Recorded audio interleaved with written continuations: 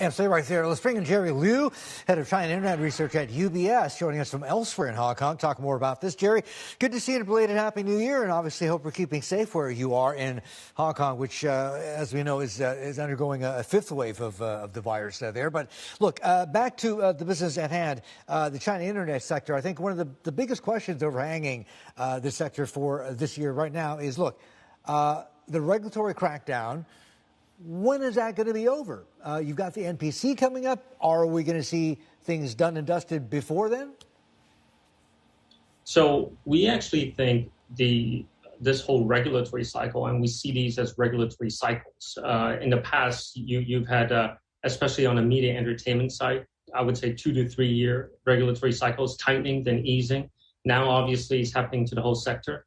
We see these cycles, the current one, as hitting a trough in August, September, and improving in the last few months. It's still going to take some time. And this is a slow process, but we think 2022, good news for investors is that things should continue to get better.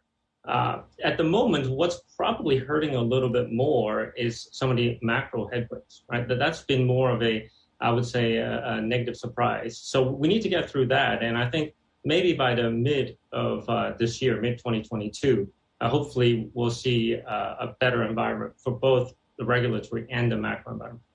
Okay, that sounds positive. But I mean, at the same time, though, the whole sector, the business, the environment has changed almost fundamentally, right? I know you hold a view that the old model, which is e-commerce, right? We've probably seen peak e-commerce in China right now.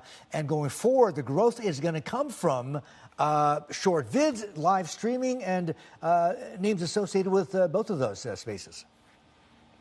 Yeah, Martin, you're right. We've been saying if you look at e-commerce, you look at online advertising, the penetration, the online penetration in China is higher than most developed countries. These companies have done really well to develop these markets, and they'll continue to give, I would say, reasonable growth. But for more excitement, more growth, we're looking at some, I would say, more innovative areas. Yes, short video, live streaming, so content-driven e-commerce is a huge opportunity right now for a lot of companies. But if we look further ahead, we've been talking about autonomous vehicles.